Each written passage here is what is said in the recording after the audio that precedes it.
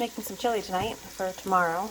Got some oil with garlic, onions, bell peppers, all from the garden, as well as some green beans from the garden that I chopped up. These are the chipotles, they're dried red jalapenos, and then, they're smoked on the smoker and then dried red jalapenos. And then we've got some guajillo in here also that's dehydrated. Got some good kind of sweet, I guess, heat to these. A little bit of smoke. I like to saute the veggies first, and then I'll pull these out and brown the ground beef, and then put the veggies back into it. And from there, I'll add our homegrown and homemade canned tomato sauce. And I'll add some carrots as well. And some spices. So keep going here, and I'll update you guys in a little bit.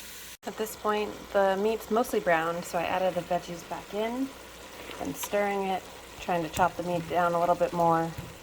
I salt and peppered the beef and everything, actually, once it was all back together. Okay, so at this point I added some carrots and another bell pepper and guajillo. Keep stirring. And do that so it's got different texture. So there's the cooked peppers, and then there's the pre-cooked peppers that I sauteed first. And then these. And at this point I'm going to add in the tomato sauce. All the sauce is from tomatoes we grew ourselves. So we're going to put in the plain sauce. So this is the one without the basil. And I'll probably put 2 of these guys in there. We'll let it cool overnight, and then we'll cook it again tomorrow, or heat it back up tomorrow to eat it. And then I need to add the seasonings after that. I realized I didn't say I also turned it down at this point to a simmer. And if we were going to eat this today or tonight for dinner, I probably wouldn't add additional sauce. But because we're going to do it tomorrow, in the morning it will actually be thick after it's been in the fridge overnight. But when I make it the night before, I don't have to let it simmer as long, because I'll let it simmer in the morning. So I actually try to make it soupy now in preparation for tomorrow. So I'm going to add more tomato sauce. So I added some of the grape tomatoes because I used the sauce. It was all blended in and smooth. So the grape tomatoes will add a little bit of that tomato bites, just as a little accent. I also added some of this spicy oregano from our garden. So I'm going to mix that in.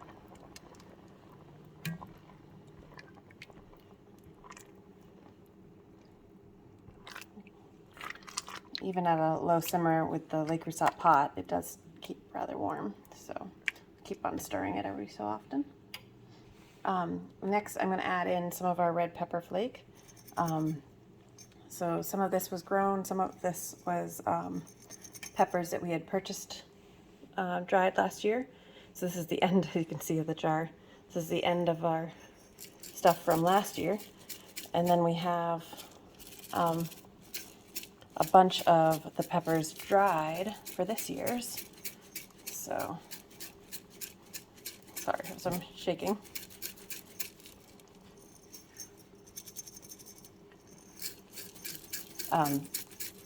Some of the stuff is actually really fine at the bottom, so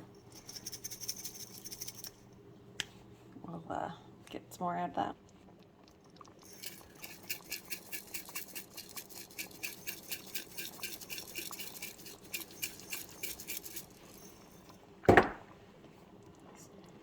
That has cayenne peppers from the garden from last year, guajillos, it has some anchos that we had purchased last year because we didn't have enough.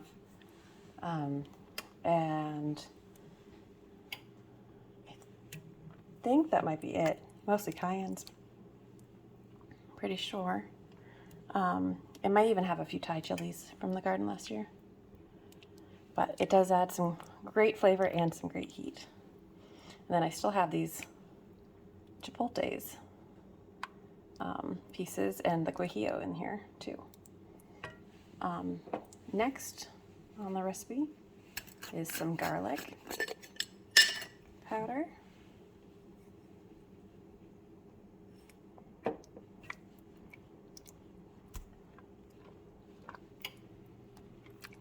Stir that in, and I'll add a little more. You can never have too much garlic.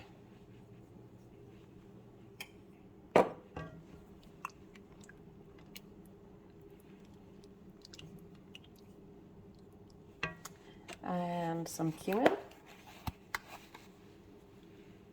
I am not a fan of cumin, but Jay always says it needs it. So in the original recipes from Peter Christian's recipe book from probably the early 90s maybe.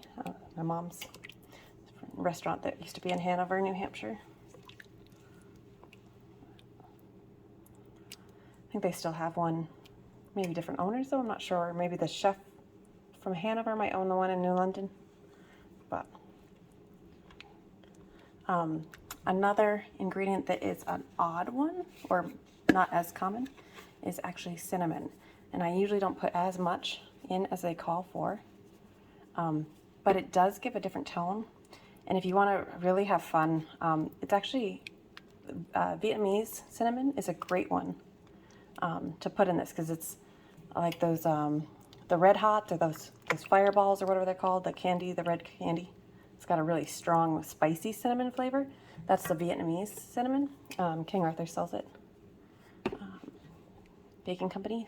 So I have some of that I've used a couple different times. You can also use like a Mexican, the Mexican cinnamon, which I probably should have done. That would have been yummy. I have that as well. And the last thing is actually chili powder, so I gotta go get that. We make our own. So this is some of our own blends. We make it in the coffee grinder. I don't know what Jay's recipe was for this one, but because they're from our own peppers that we grow and dehydrate or smoke, the flavors are much stronger than the regular chili powder that you would buy at the store. So you gotta make sure you don't go too much overboard, but since this is a double batch, I'm going to add it in slowly so it mixes in really good. Although I think I might have to have Jay make more.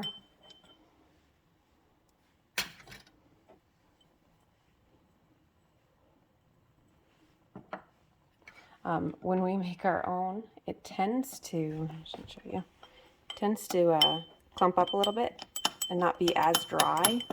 I'm not sure if that's because I don't dehydrate them enough, but it will stick at the bottom of the jar.